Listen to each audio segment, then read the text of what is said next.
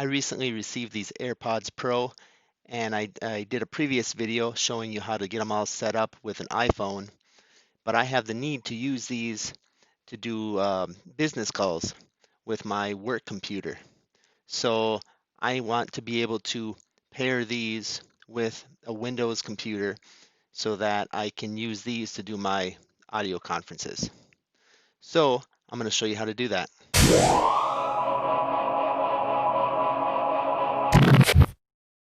So the first thing that you're going to want to do is go down to the bottom right-hand corner of the screen into the taskbar and select the Bluetooth devices icon. Then select Add a Bluetooth device. After that, click on the plus next to Add Bluetooth or other device. Then select the first choice for Bluetooth in the Add Device screen. After that, you're going to want to press the button on the back of the AirPods Pro case. You're going to see a little round dot. Some people confuse that for a power button, but what that actually is the Bluetooth pairing button. So what you're going to want to do is you're going to want to press and hold that for 5 seconds. At that time, Windows will find the AirPods Pro. It should change there. It changed to AirPods Pro. So you're going to want to select that, and then it's connecting, and now the device is ready to go. So you can click Done. So at this point, we are now connected, but in order to get high fidelity sound when listening to music, there's something that you're going to need to do.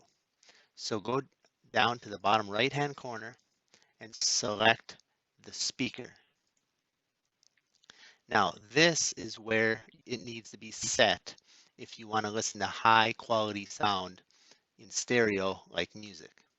So click on the little up arrow, and this is where you would have other choices. If headset is selected, it's going to sound like you're talking through a telephone.